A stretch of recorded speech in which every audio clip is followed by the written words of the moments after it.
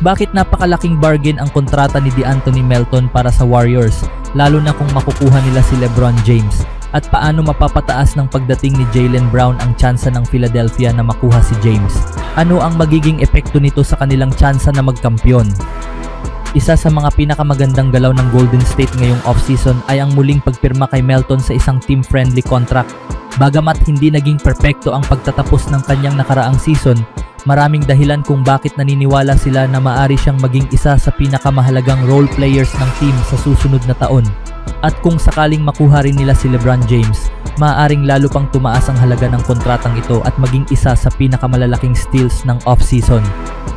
Sa unang tingin, maaaring hindi ganoon kaganda ang mga numero ni Melton sa pagtatapos ng season. Nag-average siya ng career high na 12.3 points kada laro, ngunit bumaba ang kanyang shooting efficiency sa 40.7% mula sa field at 29.4% mula sa 3-point line. Nadagdagan din ang kanyang turnovers sa 1.9 kada laro na pinakamataas sa kanyang career. Para sa ilan, maaaring magmukhang senyales ito ng pag-regress ng kanyang laro. Ngunit kapag sinuri ng mabuti ang sitwasyon, makikita kung bakit hindi dapat basta tingnan ang mga numerong iyon. Sa mga huling buwan ng season, nakikipaglaban siya sa isang thumb injury na mismong si Steve Kerr ay umaming nakaapekto sa kanyang laro. Bukod pa rito, napilitan siyang akuin ang mas malaking papel sa opensa matapos magkasunod na mawalan ng serbisyo sina Stephen Curry at Jimmy Butler dahil sa injuries. Dito lumabas ang isang mahalagang katotohanan tungkol kay Melton. Hindi siya isang superstar scorer na kayang magdala ng opensa araw-araw. Hindi siya katulad ni Curry, LeBron o Butler na kayang gumawa ng 25 hanggang 30 points kada laro habang hawak ang bola sa karamihan ng possessions. Ang tunay na lakas niya ay bilang isang complementary player. Isa siyang mahusay na defender, solid na shooter kapag may tamang spacing, at napakatalinong player na marunong gumalaw ng walang bola. Sa katunayan, mula nang bumalik siya mula sa injury noong Disyembre hanggang bago mapunit ang ACL ni Butler noong Enero, nagtala si Melton ng napakalaking plus and minus na plus 150 na siyang pinakamataas sa buong Warriors roster sa panahong iyon. Ipinapakita nito kung gaano siya kahalaga kapag nasa tamang papel at hindi pinipilit maging pangunahing scorer ng team. Dito pumapasok ang kahalagahan ng posibleng pagdating ni LeBron sa Golden State. Kung makukuha nila siya, agad na mababawasan ang pressure kay Melton sa offensive end. Sa halip na piliting gumawa ng sarili niyang opensa, makakabalik siya sa papel na bagay sa kanyang kakayahan. Si LeBron ay isa sa pinakamahusay na playmakers sa kasaysayan ng NBA at eksperto sa paghahanap ng mga role players sa tamang posisyon upang magtagumpay. Isipin na lamang ang sitwasyon kung saan nasa court sina Curry, James at Melton. Natural na nakatuon ang depensa kina Curry at James, kaya mas maraming open shots ang makukuha ni Melton. Hindi na niya kailangang gumawa ng mahihirap na shots o mag-dribble ng matagal para makahanap ng scoring opportunity. Ang kailangan lamang niya ay mag-focus sa depensa, spot-up shooting at paggawa ng maliliit na bagay na nakakatulong sa pagkapanalo. Isa pa sa pinakamalaking benepisyo ng pagdating ni James ay ang kanyang kakayahang kontrolin ang daloy ng laro. Kapag wala sina Curry o Butler noong nakaraang season, napilitan si Melton na magkaroon ng mataas na usage rate, isang bagay na hindi akma sa kanyang laro. Ngunit kung naroon si LeBron bilang pangunahing facilitator, mananatiling mababa ang usage ni Melton habang tumataas naman ang kanyang efficiency. Sa depensa, magiging napakahalaga rin ni Melton. Habang abala ang mga kalaban sa pagpigil kina Curry at James, si Melton naman ang maaaring italaga sa pinakamahirap na perimeter assignment araw-araw. Maaari niyang bantayan ang pinakamahusay na guard ng kalaban at pahintulutan ang dalawang stars na makatipid ng enerhiya para sa opensa. Magandang halaga ang kontrata ni Melton para sa Warriors at lalo pa itong magiging kapaki-pakinabang kung makukuha nila si James.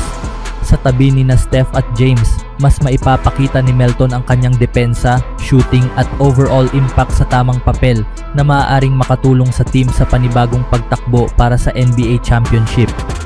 Speaking of LeBron, isa sa mga pinakamainit na usapin sa NBA ngayon ay ang balitang interesado ang Philadelphia Sixers na kunin si James bilang free agent.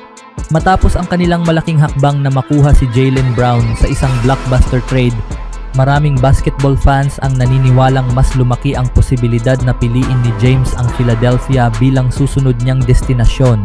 Bagamat wala pang opisyal na kasunduan, Malinaw na ang pagdating ni Brown ay nagbigay sa Sixers ng mas matibay na argumento kung bakit dapat silang piliin ni LeBron. Isa sa pinakamahalagang bagay na hinahanap niya sa puntong ito ng kanyang career ay ang pagkakataong manalo ng isa pang championship. Hindi na siya nasa yugto ng kanyang career na inuuna ang personal na statistics o individual awards. Ang pinakamahalaga ngayon ay mapunta siya sa isang team na may sapat na talento upang lumaban para sa titulo. At dito pumapasok ang malaking epekto ng pagdating ni Brown. Si Brown ay isa sa pinakamahusay na two-way players sa buong NBA. Kaya niyang umiskor ng mahigit 25 points anumang araw habang kaya ring depensahan ang pinakamahuhusay na player ng kalaban. Ang pagkakaroon ng isang elite wing tulad niya ay nagbibigay ng balanse sa roster ng Philadelphia. Kung dati ay nakadepende ang Sixers kina Joel Embiid at Tyrese Maxey, ngayon ay mayroon na silang isa pang superstar na kayang gumawa ng malaking kontribusyon sa magkabilang bahagi ng court. Para kay James, napakalaking bagay nito dahil hindi na niya kailangang akuin ang lahat ng responsibilidad. Sa nakaraang mga taon, madalas siyang mapagod dahil kailangan niyang maging pangunahing scorer, pangunahing playmaker at isa rin sa pangunahing leader ng kanyang team. Ngunit kung sasama siya sa Philadelphia, maaari niyang ituon ang kanyang lakas sa paggawa ng tamang desisyon, paglikha ng opensa para sa kanyang mga kakampi, at pamumuno sa pinakamahalagang sandali ng laro. Malaking benepisyo rin ito para kay Embiid.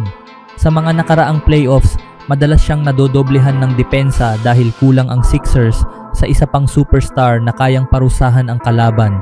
Ngunit kung nasa roster na sina Brown at James, hindi na basta-basta makakapag-double team ang mga depensa. Kapag tinutukan nila si Embiid, may Brown at James na handang umiskor. Kapag naman kay LeBron nakatuon ang depensa, magkakaroon ng mas maraming pagkakataon sina Embiid at Maxey na makakuha ng malilinis na shots.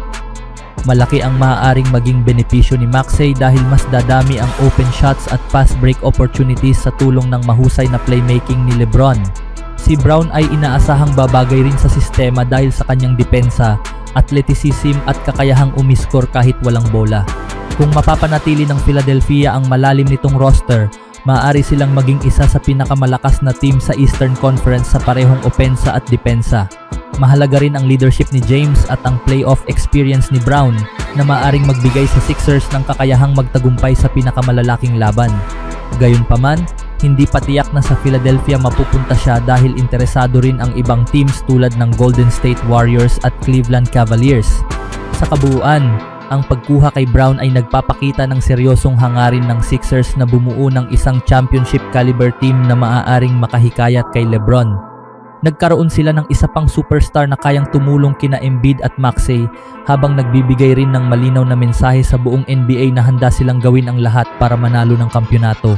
Kung sakaling piliin ni James ang Sixers, maaaring mabuo ang isa sa pinakamalalakas na lineup sa liga at agad silang maging isa sa pangunahing paborito upang maiuwi ang Larry O'Brien Trophy.